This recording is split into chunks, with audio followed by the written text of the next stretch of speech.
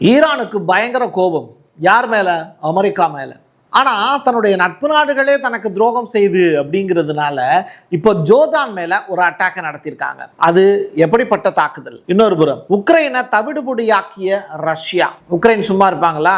அவங்களும் திருப்பி அடிச்சிருப்பாங்கல்ல. அந்த காட்சிகளும் நமக்கு கிடைச்சிருக்கு. ரெண்டு போரையும் நிறுத்துறேன் அப்படிங்கிற பேர்ல தான் ட்ரம்ப் மக்கள்கிட்ட பேசி ஓட்டு வாங்கி பதவியேற்று அமெரிக்காவினுடைய அதிபராக உட்கார்ந்துருக்காரு. ரெண்டு போர்ல ஏதாவது ஒன்ன நிறுத்திட்டாரான்னு கேட்டா ஒன்னுத்துக்கு உதவல ட்ரம்பினுடைய பேச்சு. டீட்டெயில்டா பேசுமா? வாங்க பார்க்கலாம் உறவுகளே. இது பிரசாத் சிக்னேச்சர். உங்களுடைய தொழில் சம்பந்தமான விளம்பரங்களை நமது சேனலில் ஒளிபரப்ப உங்களுக்கான அருமையான வாய்ப்பு. நாட்டோவினுடைய பொதுச் செயலாளர் மார்க் ரூட்டே அவரு துருக்கியில வச்சு ட்ரம்போட ஒரு மீட்டிங்ல ஈடுபடுறாரு. அந்த மீட்டிங்ல ரூட்டேவை அசிங்கப்படுத்துறது மட்டும் இல்ல, யூரோப் கண்ட்ரிஸையும் சேர்த்து வச்சு அவமானப்படுத்துறாரு ட்ரம்ப். இப்போ மார்க் ரூட்டே அவர்கள் ஒரு பொதுச் செயலாளரா அதுக்கு எதிர்வினையாற்றணும். பட் ட்ரம்ப் கிட்ட பேச முடியுமா? முடியாது. ஸோ அந்த மாதிரியான சுச்சுவேஷன்ல மாட்டிக்கிட்டாரு. இதை ஒரு ரிப்போர்ட்டர் வந்து பாத்தீங்கன்னா ஸ்மெல் பண்ணி உனக்கு கொஞ்சம் கூட தன்மானமே இல்லையா அப்படின்னு கேட்டிருக்காரு. அந்த காட்சிகளை பாருங்களேன். இவர் தான் அந்த reporter. Rasmus Leborg from the Danish news agency Ritzau. Mark, you sit next to Donald Trump in moments where he talks about conquering Greenland, talks about lashing out at allies like Spain, starting trade wars, things that it doesn't seem like the old Mark Rutte would approve of. Does this have any effect on your self-respect when you sit next to him like that and say nothing? You know, but I always... அதுக்கு இப்படி அவமானப்படுத்துற மாதிரி கேள்வி கேட்ட உடனே எல்லாருக்கும் என்ன பண்ணணும்? இல்லைங்க, ட்ரம்ப் கிட்ட நான் வந்து கண்டிப்பா நான் அதை பத்தி பேசுவேன் அப்படிங்கிற மாதிரியான விஷயங்கள் தன் தரப்பு நியாயத்தை சொல்லணும். பட் அவருக்கு அதுக்கு ரூட்டே பேசி இருக்கக்கூடிய விஷயம் ட்ரம்ப்பை புகழ்ந்து பேசியிருக்காரு. இதுதான் ரூட்டே அவர்கள் தொடர்ச்சியாக அந்த பொசிஷன்ல இருக்கிறதுக்கான காரணம் அப்படின்னு இப்போ நெட்டிசன்கள் வருத்தெடுத்துட்டு இருக்காங்க. 6 நாட்கள் நடைபெற்ற இறுதி ஊர்வலம் சிறப்பாக முடிஞ்சிருச்சு. ஈராக் வரைக்கும் போயிடுச்சு கமனி அவர்களுடைய உடல். அதற்கு பிறகு இப்ப மறுபடியும் ஈரானுக்கு கொண்டு வந்திருக்காங்க. அவருடைய சொந்த ஊரான மஸ்கத் அப்படிங்கிற அந்த இடத்துக்கு வந்தடைஞ்சிருக்கு. ஸோ இறுதி மரியாதை அப்படிங்கிறது அந்த இடத்துல சிறப்பாக செய்யப்பட்டிருக்கு அப்படிங்கிறாங்க. இந்த மகான் அப்படிங்கிற ஏர்லைன்ல தான் டைரக்டா வந்து பாத்தீங்கன்னா ஈரான்ல இருந்து ஈராக்கு கொண்டு செல்லப்பட்டு அங்கிருந்து பத்திரமா கொண்டு வந்திருக்காங்க. ஸோ இமாம் ரஸா ஆலயத்துல இறுதி அடக்கம் செய்வதற்காக கமனி அவர்களுடைய உடல் வந்துருச்சு அப்படிங்கிற தகவல். எல்லாத்தையும் தாண்டி ஒரு நாளைக்கு நடக்கக்கூடிய அந்த இறுதி அஞ்சலி அப்படிங்கிறது அதுல என்ன நடக்க போகுது? அமெரிக்காவினுடைய தாக்குதல் அந்த இடத்துல நடக்குமா அப்படிங்கிற பெருத்த கேள்விகளும் இருக்கு. ஏன்னா இறுதி அஞ்சலியை சிறப்பாக செய்ய விட்டுட்டாங்க அப்படின்னா அதுலயே 3 கோடி பேர் கூடியிருக்காங்க. இதுவே அமெரிக்காவுக்கான பெரிய அவமானம் இல்லையா? ஸோ அந்த இடத்துல ஒரு பெரிய விஷமத்தனமான விஷயத்த அமெரிக்கா செய்ய போறாங்களா தெரியல.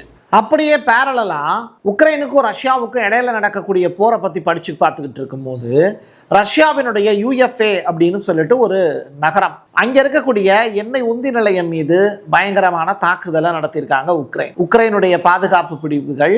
போர் முனையில இருந்து 800 கிலோமீட்டர் தொலைவில் இருக்கக்கூடிய ஒரு கூடுதல் எரிபொருள் சேமிப்பு நிலையத்தின் மீது தான் இந்த அட்டாக்கை நடத்தியிருக்காங்க. 1500 கிலோமீட்டர் தொலைவில் இருக்கக்கூடிய ரஷ்யாவினுடைய உஃபா அப்படிங்கிறாங்க.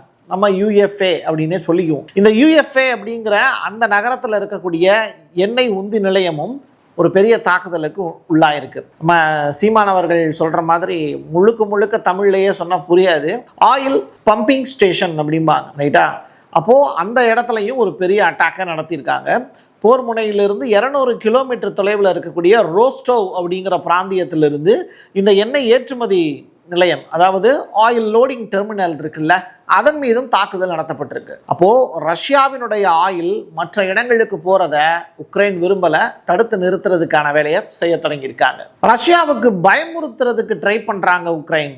ரஷ்யாவே பயமுறுத்த முடியுமா அப்படிங்கிற கொஸ்டின். அதுக்கு புட்டின் அவர்கள் சொல்லி இருக்கக்கூடிய வார்த்தைகள் என்னன்னா, ரஷ்யாவுக்குள் அச்சத்தை பரப்புவதற்கு உக்ரைன் முயற்சிப்பது அது வந்து அப்படிலாம் ஒன்றும் இல்லைங்க அப்படின்ட்டு ரொம்ப சாதாரணமாக சொல்லியிருக்காரு. அவர் எவ்வளோ பெரிய ஆள், 25 வருஷமா ரஷ்யாவை ஆண்டுகிட்டு இருக்காரு. இந்த பொடிப்பைய யார்? உக்ரைனுடைய அதிபர், காமெடி அதிபர் ஜெலன்ஸ்கி. இவனெல்லாம் பார்த்து பயந்துருவாரா? நிச்சயமா அதுக்கு வாய்ப்பு இல்லை. ஸோ ஒரு சாத்தியமற்ற பணி அது அப்படின்னு சொல்லி கிண்டல் அடிச்சிருக்காரு. அது மட்டும் கிடையாது, எண்ணெய் விநியோகமாகட்டும், எங்களுடைய தளவாடங்களாகட்டும், இதெல்லாம் பற்றி ஒரு மீட்டிங்லேயே அவர் பேசியிருக்கார். அப்படி பேசும்போது ரஷ்யாவினுடைய பொருளாதாரத்தை சேதப்படுத்துறதுக்கு இன்னைக்கு நேரத்தில் இல்லை, 5 வருஷமாக தான் முயற்சி பண்ணிக்கிட்டு இருக்காங்க. குறிப்பாக கிரிமியாவில் அன்றாட வாழ்க்கையை சீர்குலைக்கக்கூடிய வகையில் அந்த பாலம்லாம் இருக்குல்ல, அதை பற்றின டீட்டெயில் ரிப்போர்ட் இருக்கு, நான் அடுத்தடுத்து பேசுவோம். அப்படியே இந்த பக்கம் ஜம்ப் அடிச்சிருங்க, எங்க ஜோர்டான் பக்கம். ஜோர்டானில் வந்து பெரிய ஏவுகணை தாக்குதலை ஈரான் நடத்தியிருக்காங்க. கிழக்கு ஜோர்டான் மீது ஈரான் நடத்தி இருக்கக்கூடிய ஏவுகணை தாக்குதல் இப்ப பேசு பொருளா மாறி இருக்கு. தொழில்துறை வளாகம் ஒன்று மீது நேரடியாக தாக்குதல் நடத்தப்பட்டதாக சொல்லப்படுகிறது. இது தொடர்பான வீடியோவும் நமக்கு கிடைச்சிருக்கு, இந்த பாருங்க. இந்த சத்தம் குவைத்து, பக்ரைனு இந்த இடங்களை தாண்டி இப்போ ஜோர்டான் வரைக்கும் விரிவடைஞ்சிருக்கு அப்படிங்கிறது தான் ஆச்சரியமான விஷயம். ஈரானுடைய கடற்கரை நகரமா இருக்கக்கூடிய இந்த புஷேர் மீது அமெரிக்காவினுடைய வான்வெளி தாக்குதல் எதை வச்சு தெரியுமா அட்டாக் நடத்திருக்காங்க? இந்த டொமாஹாக் அப்படிங்கிற ஏவுகணை இருக்குல்ல, அதை வச்சு. அது தொடர்பான காட்சிகளும் நம்மகிட்ட கிடைச்சிருக்கு. இந்த இருக்கு இல்லையா, இந்த பகுதியில தான் அட்டாக் நடத்திருக்காங்க. இப்போ ஈரான் சைடில் நியூஸ் பார்த்தாச்சு. அடுத்து அப்படியே உக்ரைன் பக்கம் ஜம்ப் பண்ணுங்க. கிரிமியா உக்ரைன் கிட்ட இருந்து வாங்கிய ரஷ்ய பகுதியா மாறி போச்சு. இதுதான் அந்த அழகான பாலம். இந்த பாலத்தை பலமுறை உக்ரைன் தாக்கியிருக்காங்க, மறுபடியும் அதை ரஷ்யா கட்டமைச்சிருக்காங்க. இப்போ கிரிமியாவுக்கு ரஷ்யால இருந்து மின்சாரம் கிடைக்காது அப்படிங்கிற ஒரு தகவல். ஜூலை மாதம் 8ஆம் தேதி ரஷ்ய கூட்டமைப்பிலிருந்து கிரியாவுக்குள்ள மின்சாரம் கொண்டு போகக்கூடிய ஒரு முக்கிய இணைப்பு புள்ளி மீது ஒரு பெரிய அட்டாக்கை நடத்தியிருக்காங்க. இதன் காரணமா ரஷ்யா டோட்டலா ஸ்தம்பிச்சு போச்சு அப்படிங்கிறாங்க. அது தொடர்பான காட்சிகளும் வெளியாயிருக்கு, பாருங்க. ஸோ எரிபொருள் சேமிப்பு கிடங்குகள், எரிபொருளை உந்தி தள்ளக்கூடிய மிஷின்கள், எரிபொருளை தயாரிக்கக்கூடிய இடம், இப்படி உக்ரைன் பார்த்து ரஷ்யாவை வேட்டையாடி இருக்கு. அதே மாதிரி ரஷ்யாவும் உக்ரைன் மேல பல்வேறு இடங்கள்ல தாக்குதலை நடத்தியிருக்காங்க. அது தொடர்பான காட்சிகளை தான் நம்ம பார்க்குறோம்.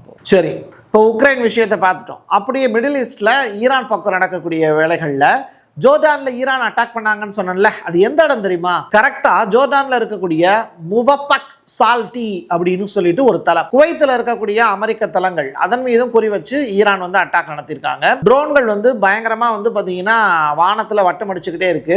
ஜோர்டான் அரசோ ஈராக் அரசோ இன்ன வரைக்கும் ஈரானை தன்னுடைய வான்வெளியை பயன்படுத்தக்கூடாது அப்படிங்கிற வார்த்தையை பதிவு செய்யவே இல்லை. ஸோ உடனடியாக பாதுகாப்பு முகாம்களுக்கு திரும்புமாறு இப்போ அமெரிக்க தூதரகம், அங்கே வேலை பார்க்கக்கூடிய நபர்கள் இருக்காங்கல்ல, அமெரிக்கர்கள், அவங்களுக்கு அறிவுரையும் பறந்திருக்குங்கிற செய்தி வெளியாயிருக்கு. எல்லாத்தையும் தாண்டி ஈரானுடைய கார்க் அப்படிங்கிற தீவு இருக்குல்ல, அந்த இடத்துலையும் அமெரிக்கா அட்டாக்கை நடத்தியிருக்காங்க. பாரசீக வளைகுடாவில் இருக்கக்கூடிய ஈரானின் கார்க் தீவின் மீது அமெரிக்காவினுடைய விமானப்படை தளம் அட்டாக் நடத்தியிருக்கு.